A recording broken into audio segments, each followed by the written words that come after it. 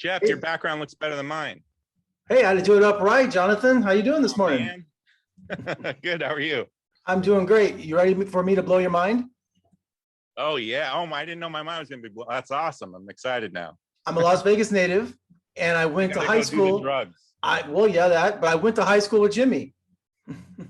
You did? You went to Clark? I went to Clark. Not only did I go to high school with Jimmy, first period, my senior year with Mr. Hale's Spanish class, Jimmy was on my right and Cleo was on my left. Oh my God, that is a nightmare pair to be between. Tell me about it. And he wore that. He was his Miami Vice face. He was the only kid that wore a tie to school. Well, Jimmy always got made fun of as well when he was in junior high because he went to Kenny Gwynn, and one day he like needed a backpack, but my mother for some reason decided to give him a briefcase. And so he went to school with a briefcase instead of a backpack. And the kids started calling him Briefcase Joe. So yeah, I wouldn't necessarily say Jimmy always had the best fashion sense, but that sounds like about right. I remember the briefcase. Or did you make fun of the band geeks like Jimmy and Cleto? No, I was a geek too. I was into D&D and all that kind of Yeah. stuff. So we all bonded. It was great though. But I haven't seen Jimmy. I think the last time I literally saw him was on the red carpet for Lilo and Stitch at the El Capitan in Hollywood. So I'll bring up that I saw you. This is nice. awesome. Well, thanks for talking about season 6 of Crank Yankers. These are real people being pranked. Do you use the same pranks on different people for the best result to find out, the best reaction? Yeah, sometimes we try, like if we know we want to do something specific, and just somebody hangs up on you too quickly, or they're just kind of boring, we'll try again to just see if we can get a fun person to work the angle on. But yeah, so we do go through, for every one call, there's probably 5 or 6 that didn't work. That's kind of the odds, and we're happy with those odds if we can get them. But we do a few hour phone call sessions with the talent, and then we try to get like enough for a full season, which is like 4 or 5 calls per each person. So and it's fun. It's like it's all these different celebrities. So it's like I've always thought the show, it's like anybody who's like, oh, I don't like that show, it's like, well, then you don't like every single comedian. It's like all these different kinds of comedians come to the show, and like this year especially, we have like such a fun group of people, and we added Jesus and Miro this year, and Annie Murphy's in the show. It's like, if you like somebody in comedy, they're probably on our show at some point. I always feel the show's like candid camera, because do you reveal at the end, hey, it's Eddie Murphy talking to you, or something like that, and you've been pranked? Yeah, we have to get their permission for us to use the call. So there is a part where, it's usually hard because usually people are hanging up on you after the prank phone call when you call them back.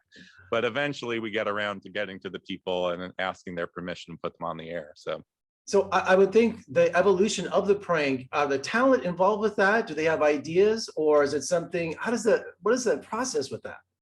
Yeah, it's always the most fun. We always would never leave them hanging if they came and they were like, oh, I've never done prank phone calls before. Let me see what, we would always have material prepared for every session. And usually, you want to do that because like, if you purely sit around and go like, well, let's just see what happens over the course of 3 hours, you don't end up with as much usable stuff. But yeah, so it's always great when the Jimmy always has ideas that he wants to do. Most of the talent will have a few things that they want to try, and that's always like a relief to me, because it's like if they know what they want to do, then you're not going to tell them like do something else. So in terms of comedy, I think the best stuff probably comes out what's not written, right? Yeah, because once you're in the call, it's like we can still help write little jokes and stuff as the calls are going, but it's kind of up to you to improvise your way through it. And like I've done prank phone calls a few times on the show, and there's a lot of like math that you're doing in the room. Like if you're trying to talk to the person and somebody else is like, oh, say this, how when you sit around with your friends, you're always like chiming in like, oh, say this to the person. It kind of works like that on our show too. So but like any kind of conversation, if you're talking on the phone and somebody else is in your ear, you're trying to juggle like that and like what we wrote on the page. And so there is like an art to it. And some people don't need any help, they just kind of go and do it on their own. And those are like the most fun sessions for us, where you just kind of sit back and you let them do their thing, and it's fun. Well, when I was a kid, we used to make prank phone calls. You know, we'd order pizzas to people's houses, or we call up and do stuff like they do on your show. And I remember back in the olden days that the operator would come on after 4 or 5 calls and they were listening. I remember that. And they would suspend the phone line until our parents called the phone company to get it turned back on. So we've come a long way. I don't even know if this technically, I guess, is a prank phone call, but you know, Jimmy's band leader, Cleto, for the audience who doesn't know, they lived across the street together. Jimmy and Cleto lived across the street together from each other in Las Vegas.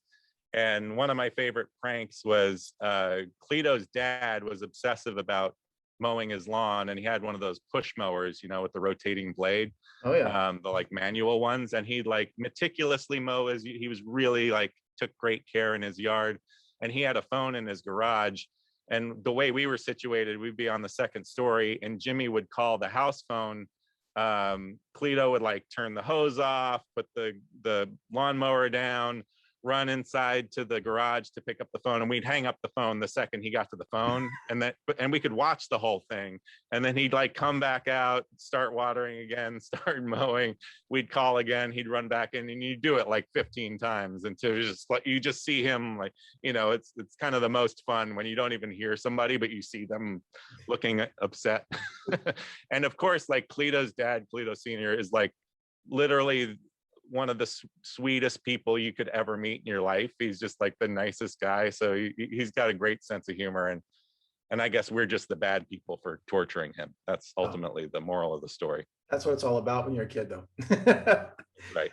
Well, Jonathan, thanks so much for joining me today. Congratulations on season 6. And I usually tell people to come visit us in Las Vegas, but you know, come visit us in Las Vegas.